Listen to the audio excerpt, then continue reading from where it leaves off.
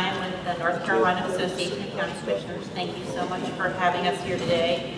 If you are looking at your agenda, you probably see that Kevin Leonard, our Executive Director, is listed on there. He called me on the way. He was very sorry that he was unable to make this, and I'm a poor substitute, but I'm filling in. He had a conflict that came up that he was unable to avoid. So if I do a great job, remember that it was me.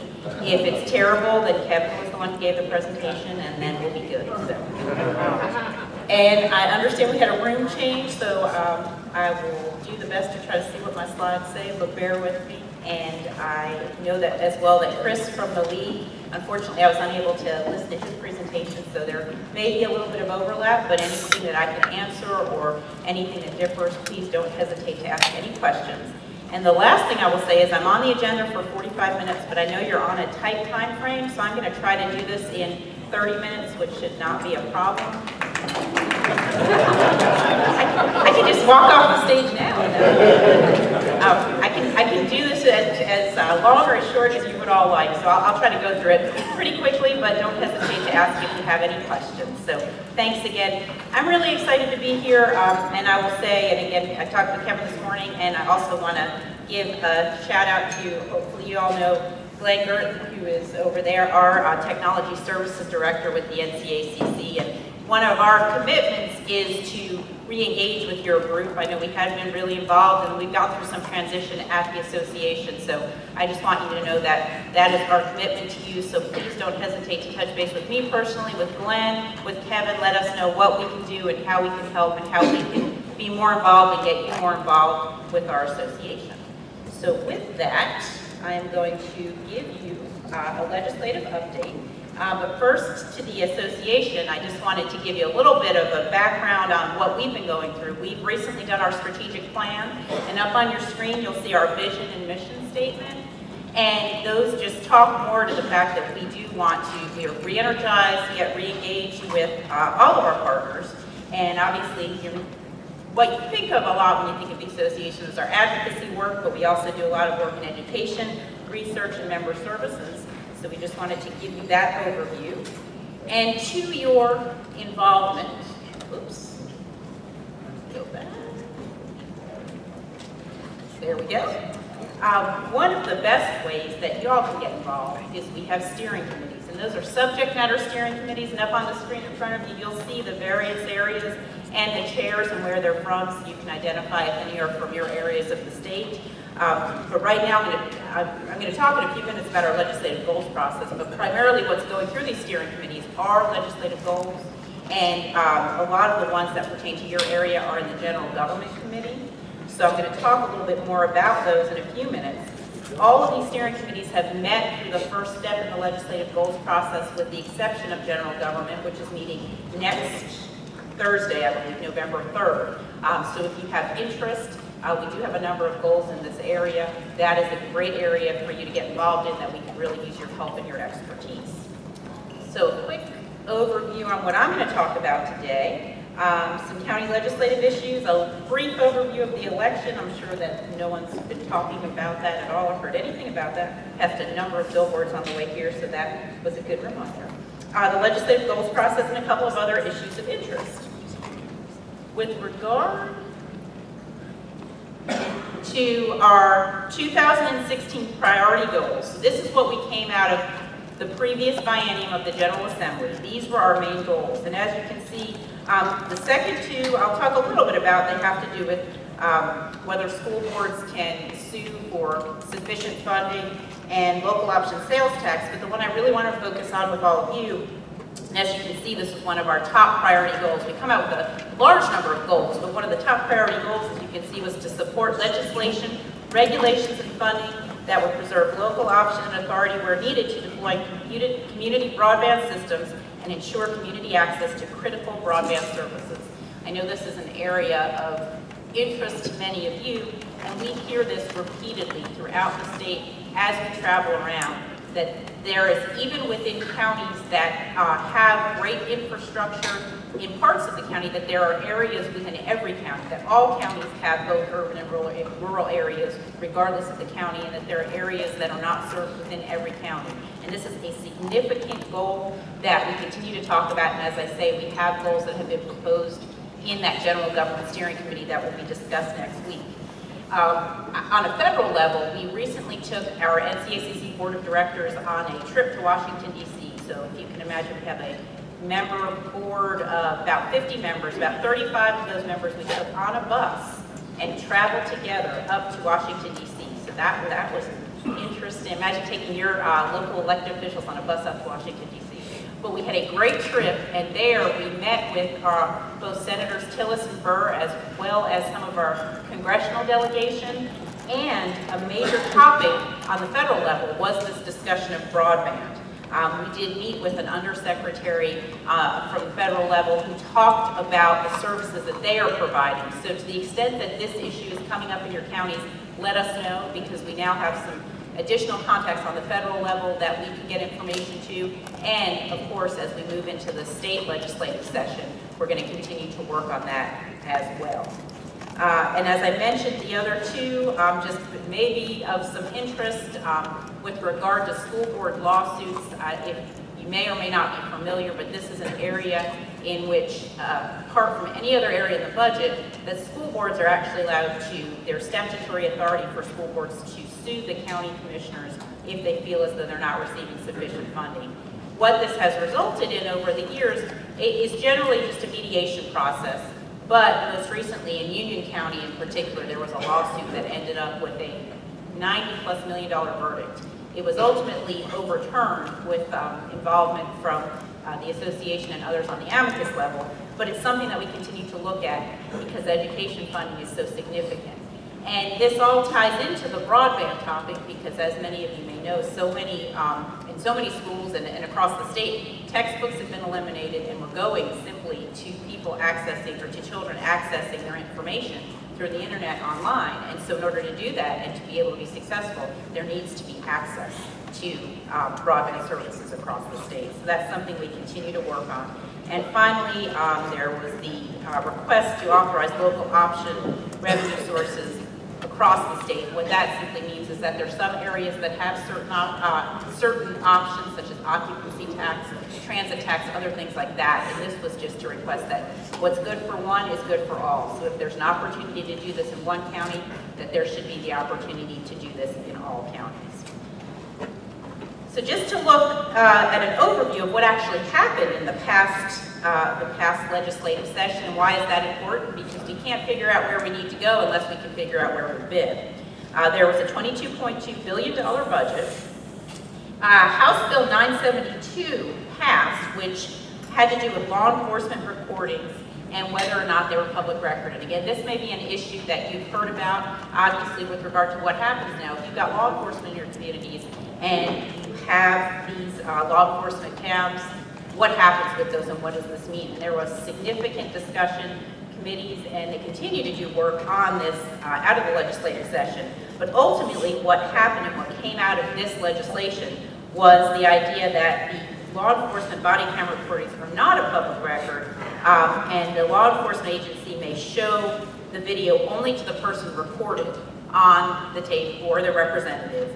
But then the decision whether to show or not release it can be appealed to Superior Court. So there's steps that have to be taken, but automatically what is on that video is not public record.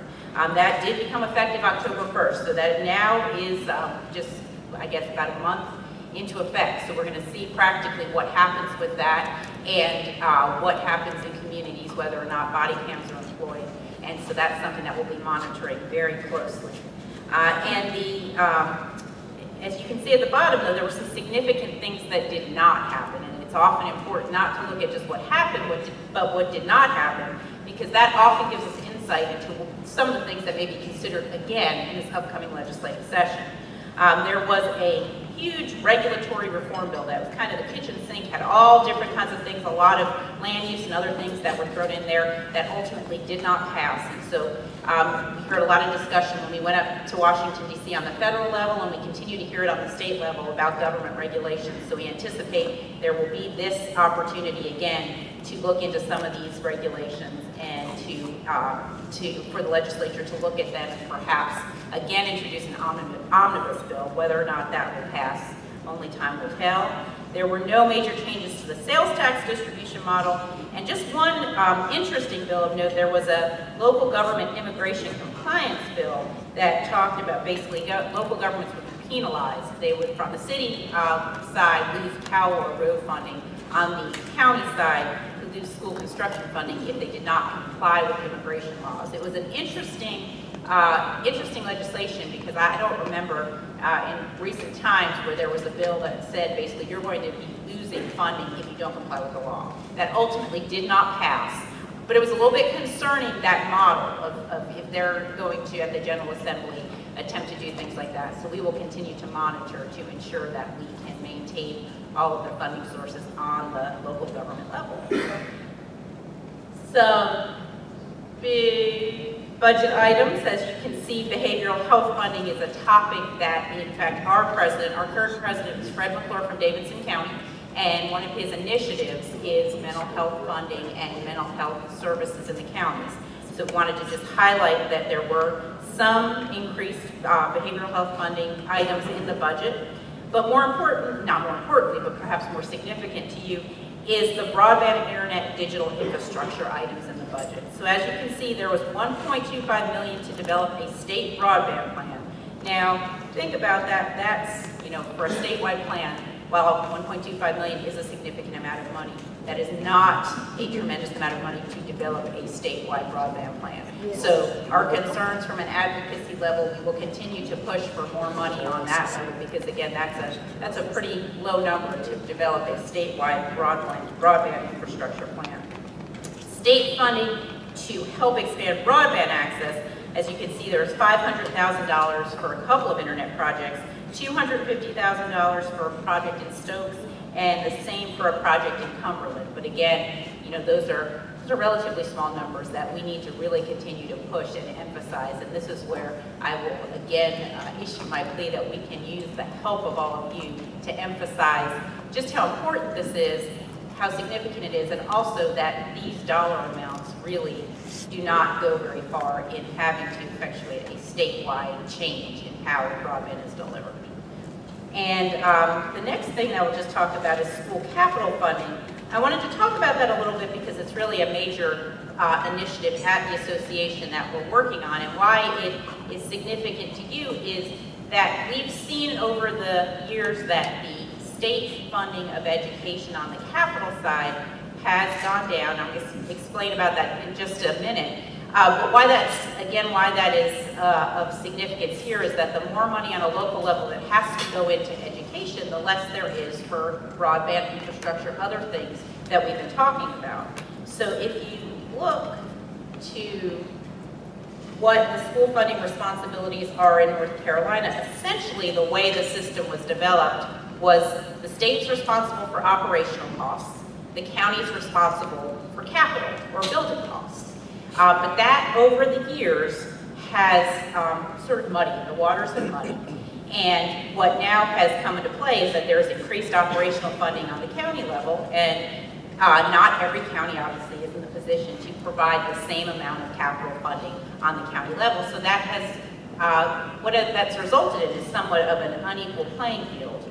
And what has developed as we've looked at the research is that the lottery funding, there was a lot of hope that the education lottery would really help supplement the school funding for capital funding for counties. But as that's decreased, what happened in the most recent budget was that there was $100 million in the lotteries that was committed to school capital funding.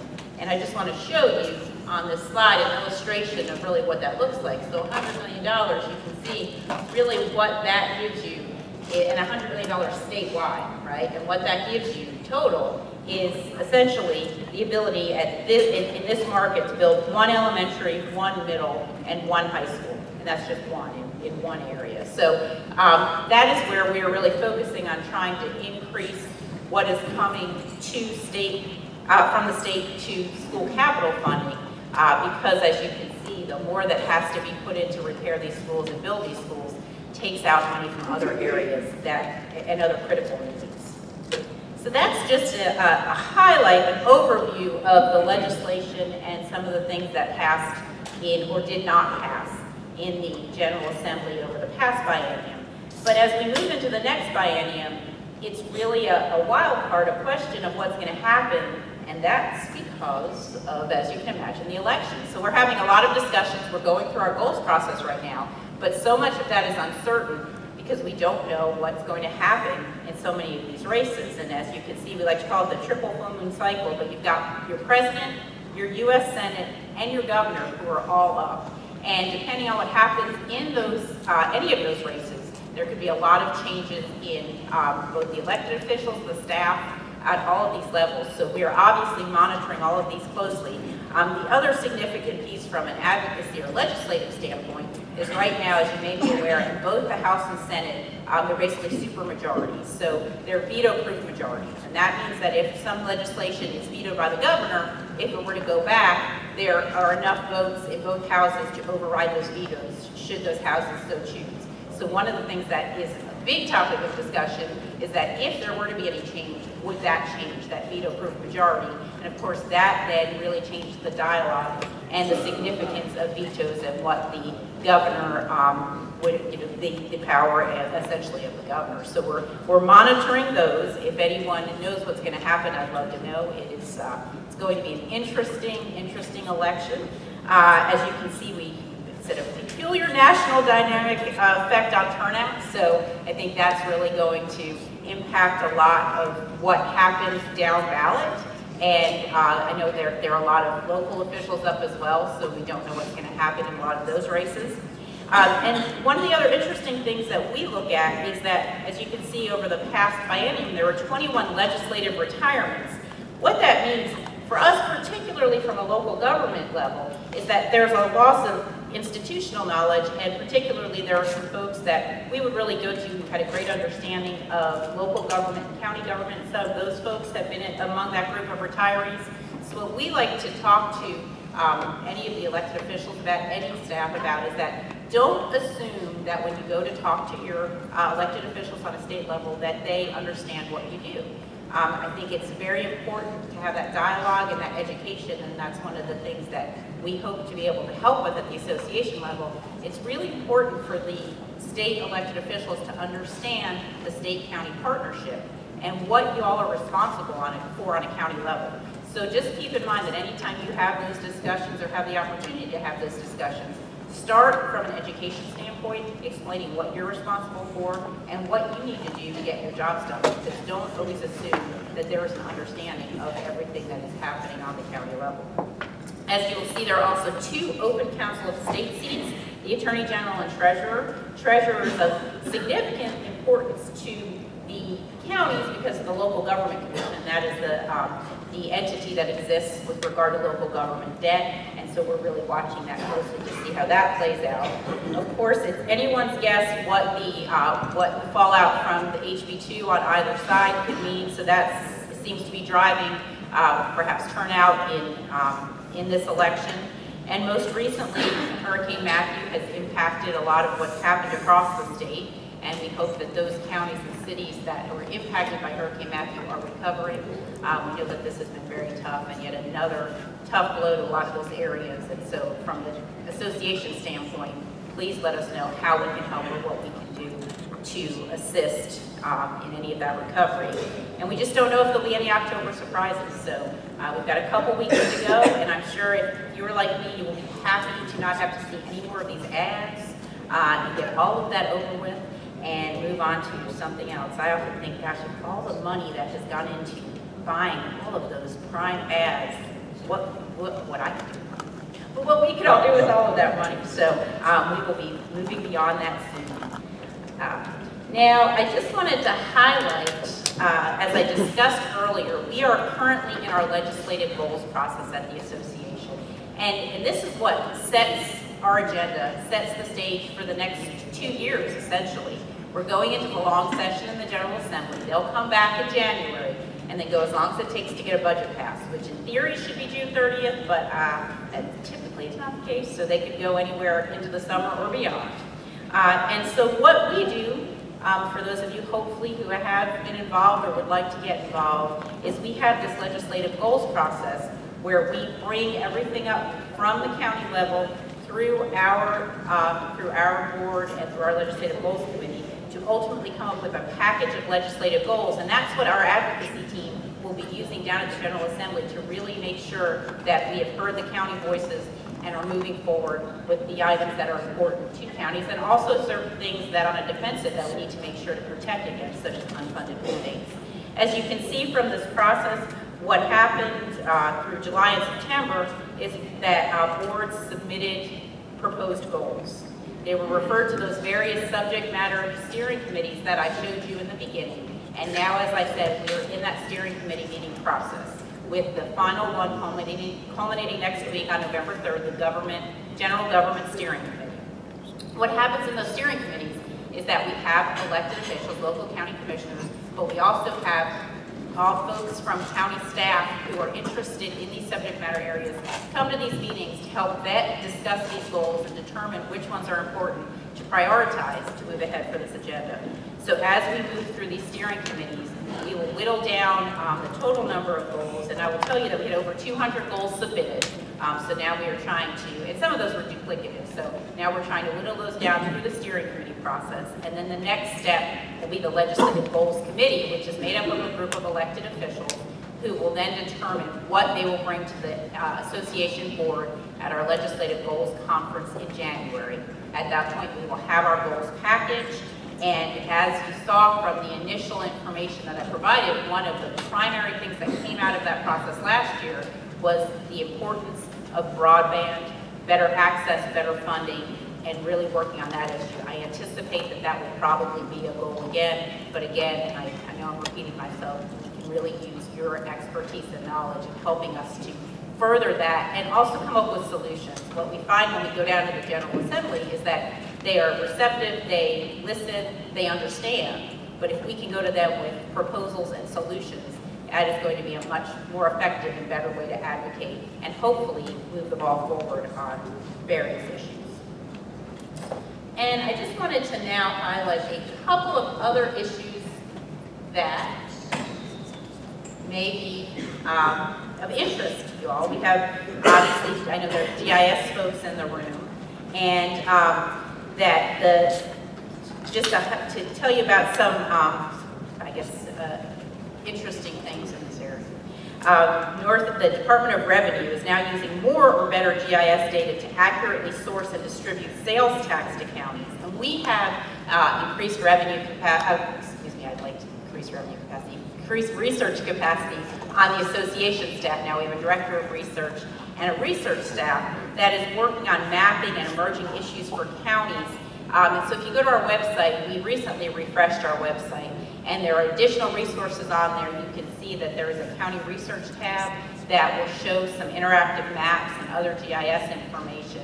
And so we've been working to improve that. We are also looking, as you can see, and we welcome any thoughts on this, we're looking specifically to bring in a GIS intern this summer through the association to really help us understand these issues and figure out how we can improve what we offer on our website and how we can help be a better resource for local governments, for counties. So if you have any ideas or in that regard, please let us know.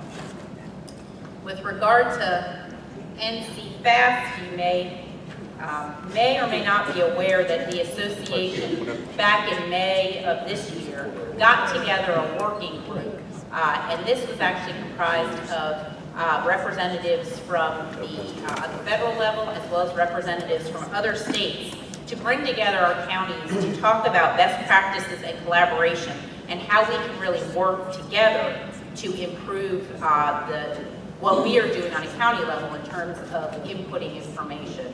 What that has resulted in is that overall FNS timelines look good. While some counties unfortunately were significantly impacted in that regard by the hurricane, overall the timeliness has gone up, and that's really good because if you're aware of this issue at all, there was a threat from the federal level that we were going to lose significant funding if we did not get our numbers up and if counties were not processing this information timely. So overall, we are in a good place now. Help desk tickets are up slightly, which is a little bit concerning, and That's where, again, we want to re-emphasize that we have resources at the association. We brought together this working group and are really trying to emphasize collaboration, best practices, working together. So if you're experiencing any issues or difficulties in your counties, let us know, because we want to ensure that those numbers stay up and that we are not at jeopardy of losing any of the federal funding. And so we are here to help. But it is a positive story in that has really turned around, and that seems to be on the upswing. So that is a good thing.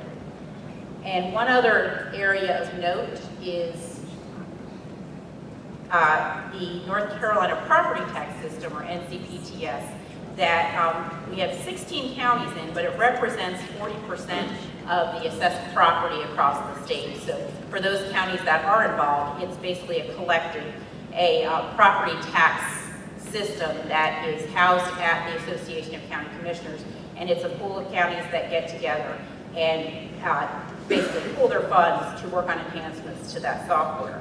Well, I will tell you that we realized, and since Kevin has taken over as our executive director, realized that there were a lot of issues with regard to the NCPTS system that we needed to take a look at. And you have, I don't know if Mike Taylor is in the room, but you have a representative from Nickel-Giza on the NCPTS steering committee, and Mike Taylor from Pitt County, who does an excellent job. He has chaired that and really kept that on track and kept that moving. And we are so appreciative of y'all's expertise in providing that to us. But what we realized is that there is a need for increased oversight from our standpoint, on the association standpoint, and also looking at that governance structure, bringing in a project manager to make this a more efficient and effective product, and making it more accessible and available to any county that is interested in taking a look at it. So if you have questions about that, we are really in the process of an overhaul and looking at that. And Mike is obviously a great person to talk to, but I'm happy to answer any questions as well, because we are really trying to figure out how we can make this the best product that we can for the counties that are in it, and for any other counties that are interested, how we can make it accessible. So we're in the process. We just met and we're revamping the bylaws for that group, and hope to get a new process and a project manager in place in the upcoming year so that we can move that ahead and make it a better system for all those counties involved. So I think I'm coming right in at my half hour, and I know I got cheers for trying to keep it quick, so I don't want to rush too much, but I also want to be mindful of your time. I will just finish up by saying that I just want to emphasize that we really need you, and we need your help in terms of helping us to understand. You all are the boots on the ground, so when we get into these legislative goals, particularly broadband, but any other issues that I highlighted or other issues that I haven't highlighted, you have the expertise that we need. So we can really use you. Please get involved in our steering committees. Contact us if you have questions or concerns, and let us know what is on your mind. We also have QRTs, which are basically, those are research teams that we reach out to. And if you're interested in serving in that capacity, what we do is, as we move through the legislative session and issues that come up in your subject matter area of expertise, we will reach out to these groups to say, this bill has come up, please take a look, please let us know how it will impact you on the ground, what are your concerns, because only you can tell us practically day in and day out what it's going to mean for you. So if you have an interest in getting involved in that capacity, please let me know as well. My contact information is there. And you can access anything on our website. And of course, Glenn is also always a great resource as well. So that's my quick and down and dirty overview. I'm happy to answer any questions either now, or I can stick around for a little while as well. And I know that you've got another speaker and also some fabulous door prizes. I don't want to get in the way of that, but if there are any questions right now, I'm happy to address. And if not, I just greatly appreciate you having us here, and thank you for your time.